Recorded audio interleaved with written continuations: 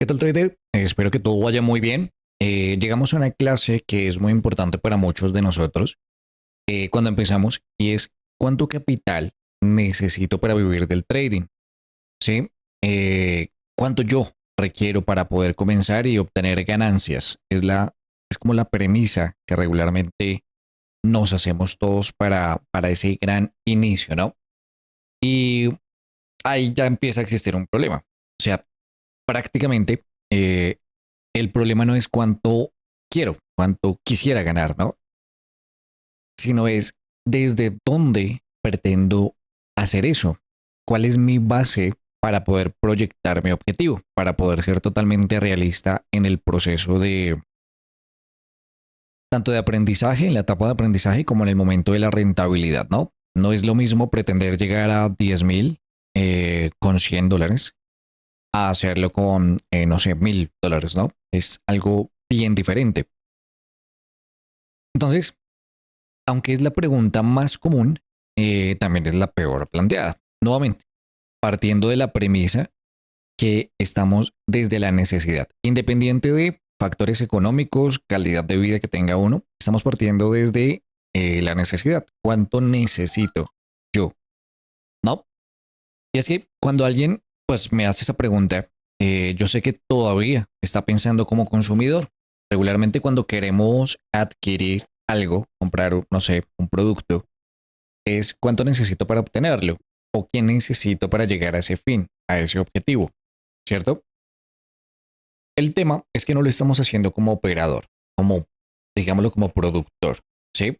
Eh, y es cuánto tengo yo en este momento para poder proyectar, ¿de acuerdo? Sin tener en cuenta que es el factor que vamos a tocar en el momento, el tema de los datos para crear esa data que me permita proyectarme, ¿no? Entonces yo puedo decir, no, pues es fácil porque yo tengo 10,000 y puedo empezar con 10,000, pero eres consistente, es decir, esa rentabilidad te permite mantenerte en el tiempo para lograr un objetivo. Son preguntas importantes que tenemos que hacernos, porque entonces partiendo, o bueno, más bien partiendo de que si esa es la pregunta equivocada, ¿cuál sería la correcta? ¿No? Si la equivocada es ¿cuánto capital necesito? La correcta en este caso es consistencia. ¿Qué nivel de consistencia tengo yo para que con lo que tengo o el capital que tengo pueda lograr el objetivo? ¿Qué tengo? ¿Qué tan consistente soy para proyectarme? ¿De acuerdo? Entonces es una etapa relevante o importante a la hora de proyectarnos, de plasmar pues ese objetivo. Bien, cuando empezamos a verlo de esa manera, también hay un error importante y es pensar en un pago inmediato como cualquier negocio. O sea, yo no monto una, no sé, una venta de algo para decir, ya quiero sacarme el salario, ¿no? Entiendo que esto tiene un proceso que lleva un camino. Por lo tanto, muchos cuando empezamos lo hacemos desde la base de necesito $1,000 o $2,000 al mes para sobrevivir y nos proyectamos sobre eso sin ni siquiera poder entender bien cómo funciona el mercado. El tema es que el mercado no sabe cuánto es lo que necesitamos, cuánto es lo que gastamos, cuánto es lo que yo necesito, ¿no? Eso hace que de manera inmediata empecemos a operar con la presión financiera, con la presión de alcanzar un objetivo, lo cual va a hacer que yo trate de operar la mayor cantidad de veces para poder llegar en el menor tiempo posible partiendo de esa necesidad, ¿no? Eso quiere decir que ya empezamos con una desventaja para el mercado, empezamos con un inconveniente y es esa necesidad, esa nube que se nos para enfrente, que no nos deja tener una visibilidad clara, una visión clara, ¿no? Entonces, son detalles relevantes que sé que a todos nos está pasando o nos pasa en el momento en que empezamos con el proceso de entender o querer participar en los mercados y tienen que tener claro, están entrando con los ojos vendados. Totalmente se los puedo decir después de haberme liberado, más bien, de esa venda. Pues en este caso, la fórmula para poder empezar a proyectarnos sería la relación entre el capital, el riesgo que voy a asumir con el retorno. Eso parte de la costumbre de poder decir, si yo dejo mi dinero en el banco, si yo tengo una cuenta de ahorros y saco un porcentaje anual del 2%, pero resulta que la inflación es del 8%, pues estoy perdiendo dinero. Entonces uno dice, yo necesitaría por lo menos cubrir el tema de la inflación, estar aproximadamente entre el 8 al 10% de manera anual. Esto sería una consistencia que pues está bien, ¿no? Al final no le estás perdiendo valor a tu dinero.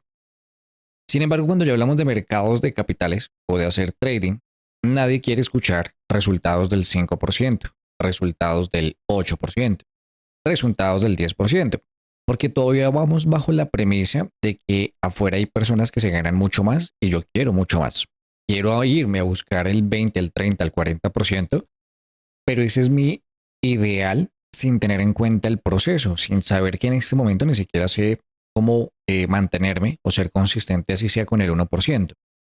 No, nadie quiere escuchar eso porque pues evidentemente no es para nada atractivo, no es para nada llamativo. Eh, Más bien suena como lento, como normal, como algo que no puede funcionar. Pero pues estamos hablando de un 5% al mes. ¿Ok?